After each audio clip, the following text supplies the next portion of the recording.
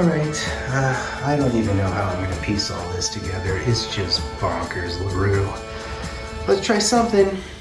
Hey guys, Full Cards here, live and direct from Montreal, Quebec, and microphone check, check, check. I will be doing my third video of my series of sets. So I've done prior to, I guess, 61, 62, digging deep back into the 20s. I have also done the 60s and the 70s. In this video here, to be clear, will be the 80s and the 90s. Really hard to conflate the two. There's just so many sets because there was an explosion of sets in the 90s, but I'll try to keep it vaguely succinct. I'll start with some honorable mentions. I'm gonna just blow past a bunch of the 1980s OPC sets, just to give you an idea of the also-rans of those sets. They're all good, man. I mean, you should buy them all. They're all 6 sets. I own all of them. I probably won't really delve into card prices this time because, you know, in the 80s and the 90s, they don't have that much value. Obviously, if they are PSA 10, they have some value. Otherwise, you should just maybe keep an eye on what the sets cost because it's more about the sets, but the sets are only like $100 or $200 or $50 depending on the case. So, honorable mentions. I'll start with my 1980s also-ran sets. So first and foremost, 1981-82, probably in price, it ranges in retails for $125 to double that, $250. And what is so cool about these cards, so this is the Gretzky third year, but as you can see, I have, I guess, some of the important cards here: Denis Savard, Jari Kurri, Wayne Gretzky, Mark Messier, Ray Bourque. Blue on the back, very kind of rounded, has the emblem, has a little OPC emblem, which is something it didn't typically do in that era.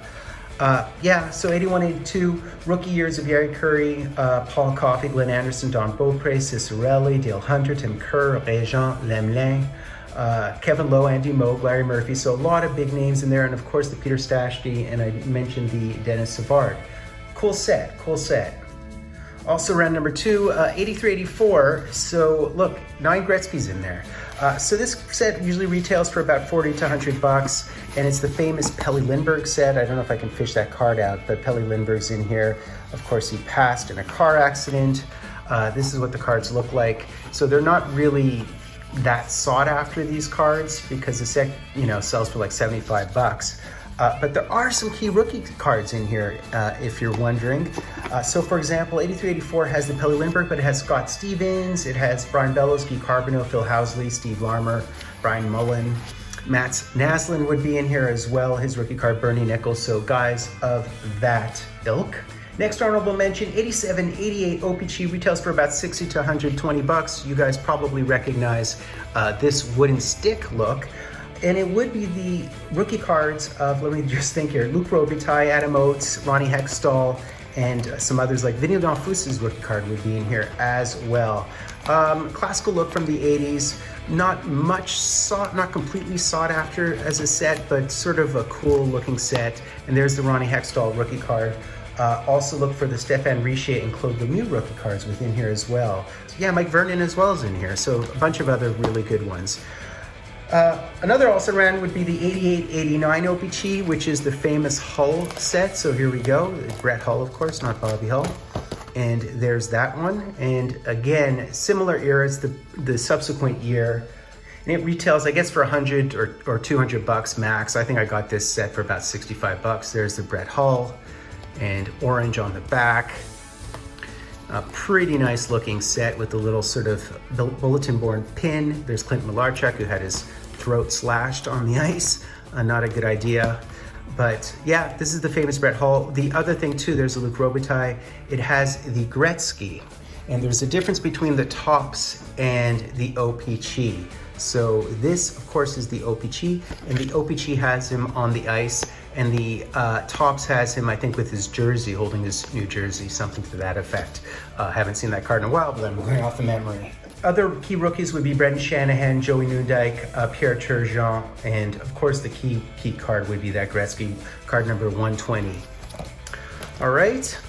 And I guess I should mention 89-90 while I'm at it. 100 to 200 retails for about that much. And it is the famous blue set. You can still find wax packs of it. And here it is. There's Lanny McDonald. and other key ones. There's Patrick Roy, so a bunch of other ones like that. Look for the Sakic, look for the Leach, look for the Theo Fleury card. It's his rookie card. Trevor Linden as well. So a lot of key rookies in the set. Gary Roberts, I think, is another rookie. Corson, as well as Cliff Ronning. I think it's his rookie card as well. So keep an eye out for these.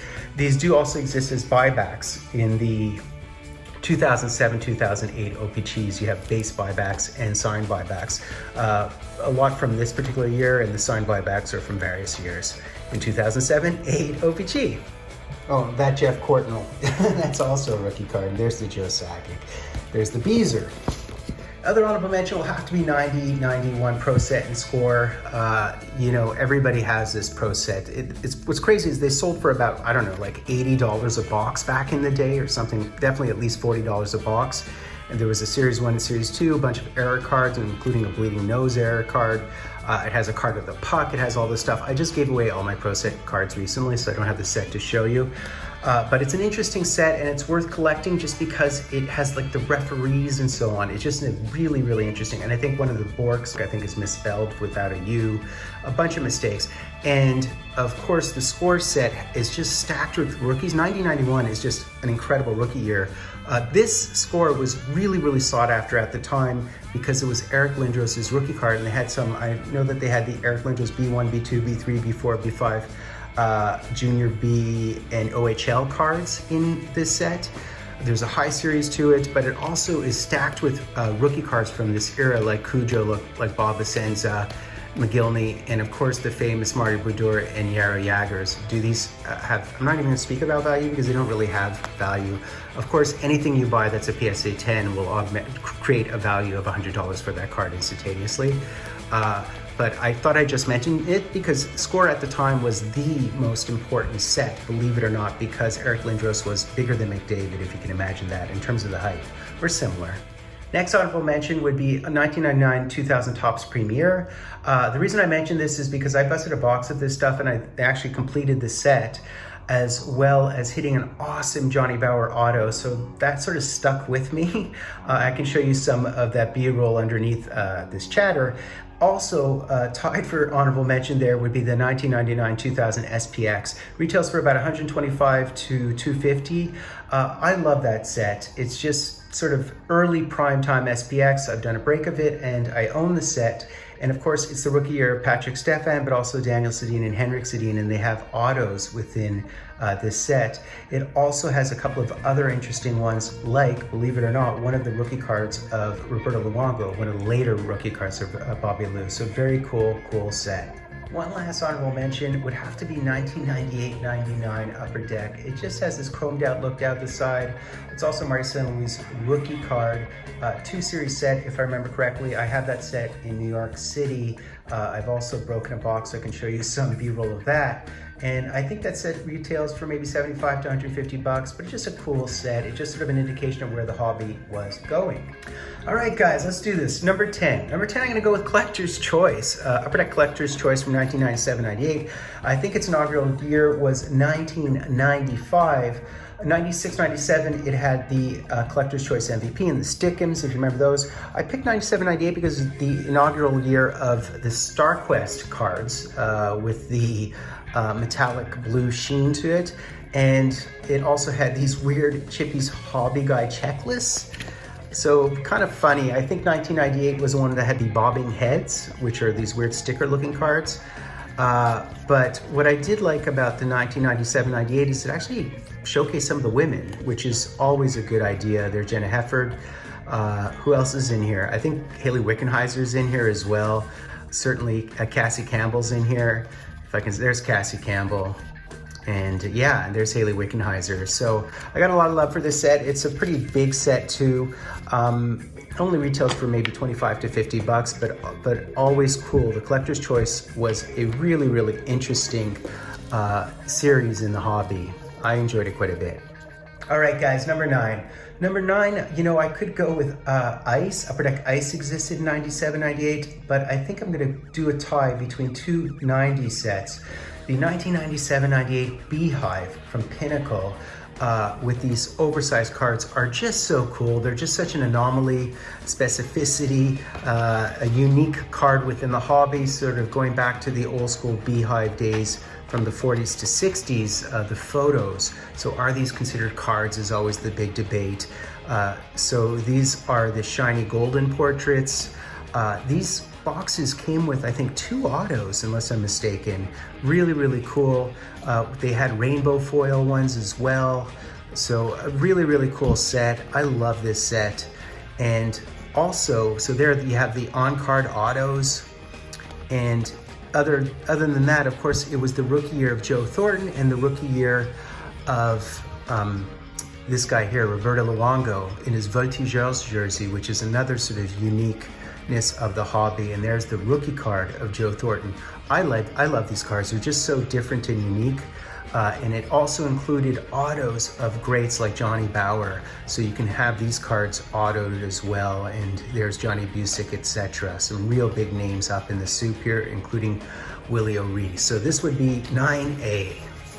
All right, guys, 9B, I'm gonna go off the grid and I'm gonna go with the 1994-1995 Parkhurst Missing Link. So of course in the 50s and 56, 57, there wasn't a card that year. There were no cards that particular year. So they tried to fill in the gap with this 1994 set, creating the cards that would have existed had that year of cards in Parkhurst existed. And it has the Gordie Howe, and it has the Ted Lindsay, and it has all the big names from that era, including coaches. It does have autos, like an auto series as part of it. Really, really cool stuff. It has a Maurice Richard, Henri Richard, and all the 06 teams, including Johnny Bower, etc. There's the Jacques Plante. And what's funny about it, you'll find some autos on the Maurice Richard, but they've also been reappropriated. They're actually autos from this set, hand-drawn autos that have been used as cut autos for Leaf sets I've seen. So they've reappropriated some of these autos to resell them at a higher value, which is interesting. The other thing too is I think it also has the Missing Link set. So this is the 36 set, but the Missing Link for the 1930s pop-up set with Vizina and with Broda also. And this, I think this particular standalone set, it retails for over $100, maybe $100 to $200, I'm not sure. So there you go. And here is an example of some of the hard signed autos that you can find from this set, either as inserts or from fairs subsequently. But it's really awesome. I have a lot of these autos. It certainly is one of my favorite sets. There's the Henri Richard. I also have a Maurice Richard auto, and I have a Gordie Howe auto from this set. All right, guys, number 8. Number 8 is gonna be a bit different. I'm just gonna say shiny sets. So around 1995, 96, they introduced Fleer Metal, and subsequent year to that, 96, 97, was Fleer Metal Universe. Just the coolest cards. They just went ape monkey LaRue with metal sheen type sets. And again, I'm not going to get into the value, but I'm just talking about how the technology was changing in this era. So I think the 2021 Skybox Metal Universe goes back to the 1996-97 Metal Universe. But there are other sets as well, like the 1995-96 SP, which you might recall as, I think there were retros from the 2015-16 cards. Really, really, really cool. This is one of my favorite sets, actually, the SP from 1995-96. You gotta love it. Just an unbelievable set. And then in the back of this, I have a bunch of Marios from that era in different forms. Some are Topps, Heritage, or whatever they are. But it just gives you an idea of what the technology was saying at the time from the various different sets and insert sets. And the other thing I want to mention is 1997, 1998 Pacific Crown Royal, the die cuts of that era, inaugural early years of Pacific Crown Royal cards, which later became Panini. And the other one is 1996, 1997 Black Diamond, inaugural year for that one. And that, of course, had the Joe Thornton rookie card, which is, I think it retails for $250 to $500, maybe even more for a PSA 10. All right, guys, number seven. Number seven, I'm gonna keep it simple, go with 1984 85 O-Pee-Chee. Retails for about $200 to $300, to maybe $400 maximum. I probably paid about $100 for this set, although I had a lot of those cards from the era. Key thing is, it does have the Stevie Y rookie card. That is the most prescient and precious card of the set, if you can see it right there. Other big names, Pat LaFontaine's in here. His rookie card's within here. Dougie Gilmore, Tom Barrasso, Cam Neely's rookie card as well, Pat Verbeek. So all the big boys from that era would be in here. Chris Chelios' rookie card, I believe, as well would be in here. And it does have all these all-star cards as well to keep it real. There's Ray Bork with a mustache. Yeah, so that would be number seven. All right, guys, number six. Number six, I'm gonna go with a very simple one, very straightforward one. It could be number one. It is 1980-81 O-Pee-Chee. Do you recognize this year? This is the Wayne Gretzky second year card. Of course, it's the Mark Messier, Ray Bork rookie year, Mike Gartner as well. Here is the second year Wayne Gretzky, there is the Mark Messier, and there's Michel Goulet, also rookie, with the yellow on the back. A really important set. There are other big names like Dave Christian was big at the time, Mike Foligno, Michel Goulet, as I just mentioned. I think Rod Langway, there's the Guy Lafleur. So some really, really hot, big big ticket items. There is the Mike Liut rookie card. There's Brad Marsh, Ken Nilsson, O'Grognick, Brian Propp's rookie card would be within here as well. Rob Ramage, and who else? Mike Ramsey, I think, and Rick Five, by the way. There's a Rick Five in here. That's a very important card.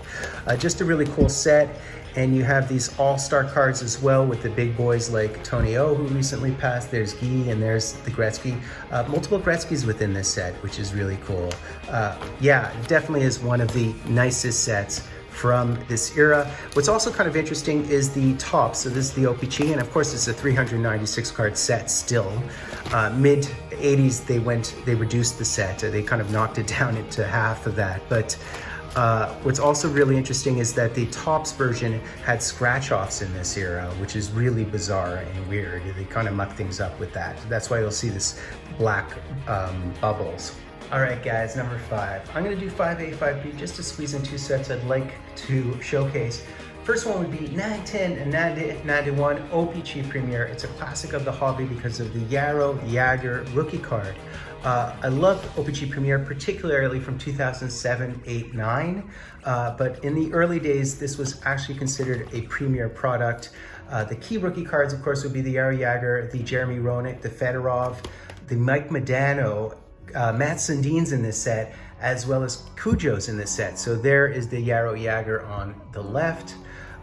You know, do these cards have much value? Not really. Of course, again, if you grade them PSA 10, then they obviously jump in value. But a tight, taut, beautiful set with some key players like Matt Sundin. All right, guys, 5B, as opposed to doing 1990-91 Upper Deck, I'll do 1991-92 Upper Deck, just as a means to showcase some other players other than the 1990 massive rookie class. This is just a beautiful set as well. I just think it's a simple early days set, early days of Young Guns.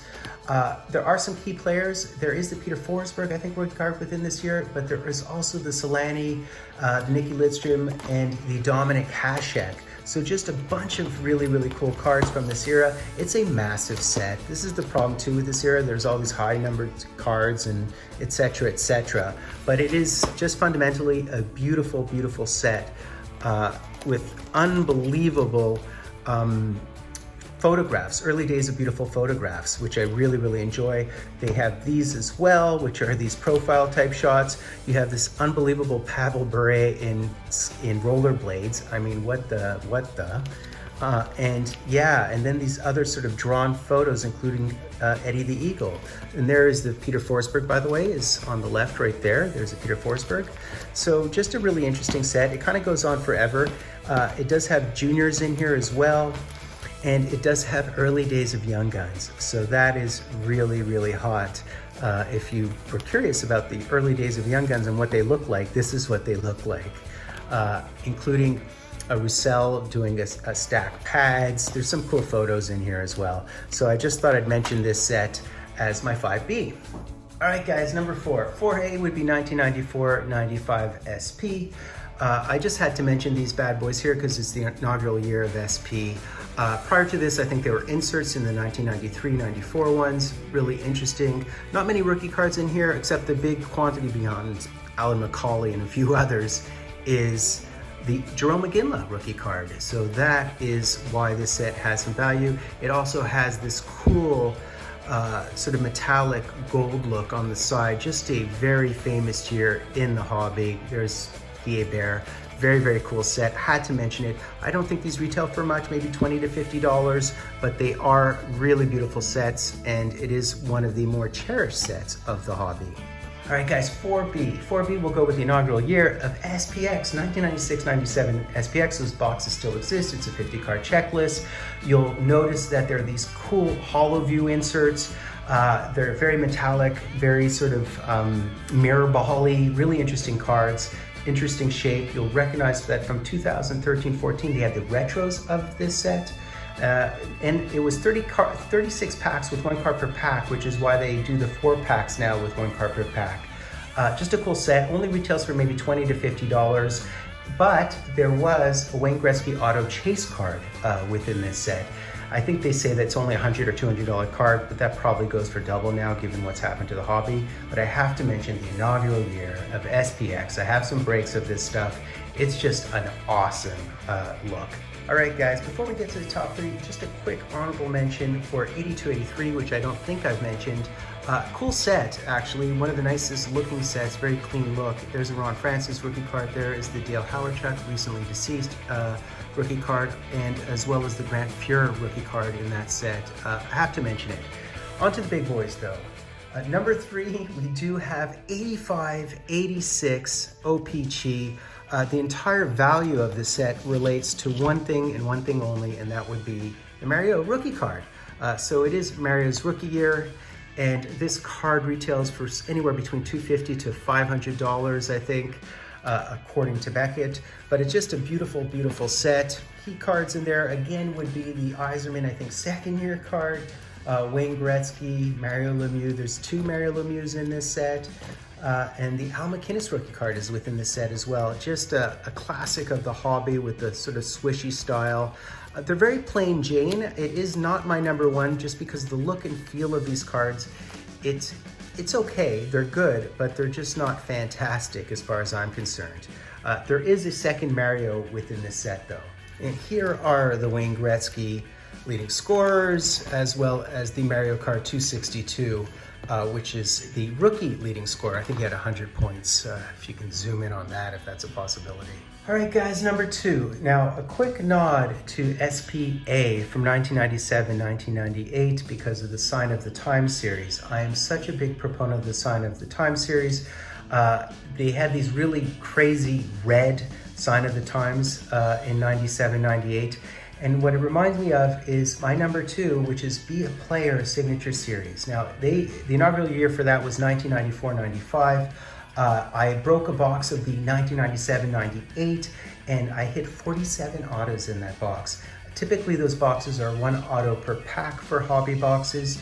You've seen me over the years open up, I think, 1998-99 and onward through the 2000s, but I just want to explain and express and exclaim that Be a Player, which was the first sort of product to just showcase autos a go-go, is one of the best values in the history of our hobby. So I'll mention 1994-95 because it's the inaugural year. It also had such weird, wonky cards.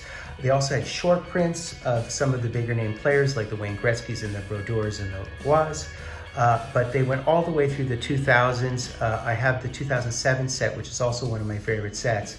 So I just had to put like a big placeholder in number 2 for Be a Player Signature Series all years, but certainly 94 onward.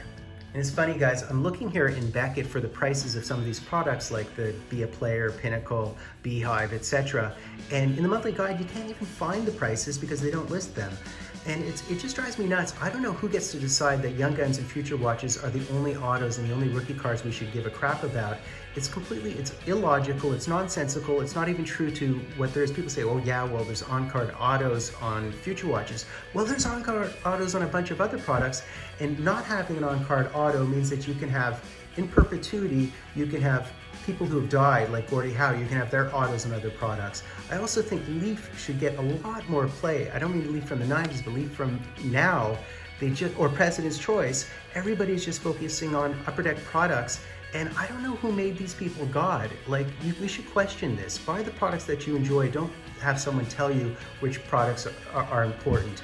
It just makes certain products go through the roof, and it's nonsensical, and it drives me bonkers. End of vent. All right, guys, number one, I'll have to go with 1986-87 O-Pee-Chee. I just think it's a prettier year than the Mario year. It's a classic of the hobby. The key one, of course, is the Patrick Roy. I do have the Patrick Roy rookie card. It's actually Van Beesbrook's rookie card, I believe. The card number 9 is Van Beesbrook's rookie card. There's a key Wayne Gretzky in here, as well as a Steve Yzerman that's valued. There's a second-year Mario card in here, a very key Steve Yzerman in here. Just a classic of the hobby. I do have a Patrick Roy's rookie card, although it's not in here. I think I've kept a reprint in here. The reprint is really hard to distinguish from the non-reprints, I think. But just a beautiful set. There's something about the design and look of it that just classic O-Pee-Chee, one of the nicer looks. It's just a really beautiful set. It was really cherished at the time because Patrick Roy, who was a third rounder, exploded out of the gate. So just a beautiful set. So I just have to go with this one. I just think it's a classic of the hobby, and that's why I'm putting it at number 1. And we see at the back of it that we do again have the record leaders in Jari Kurri. We have multiple Wayne Gretzky cards. And there's card number 122, the Mario. One last thing I'd say about this is in this era, around this era, they actually diminished the cards down from the 396 cards that they had in the early days of O-Pee-Chee in the 70s and early 80s to around Mario's rookie year, and this year down to 264. So that is one of the drawbacks, is that they really reduced the set in this era. Of course, now they have 500, 600, 800 card sets of O-Pee-Chee. So that's basically it, guys. That is my 80s and 90s countdown, and we have a Wendell Clark right there. I'd like to do one for later years. It's going to be really complicated because there's just so many sets at this point. But guys, get into my contest. Please be sure to sub, like, hashtag Dryden, ring the bell. I'm the only guy who does all this vintage stuff. You know, I was born to do vintage stuff. So please be sure to sub, like, hashtag Dryden. I have new full cards live and direct from a place called Montreal, Quebec.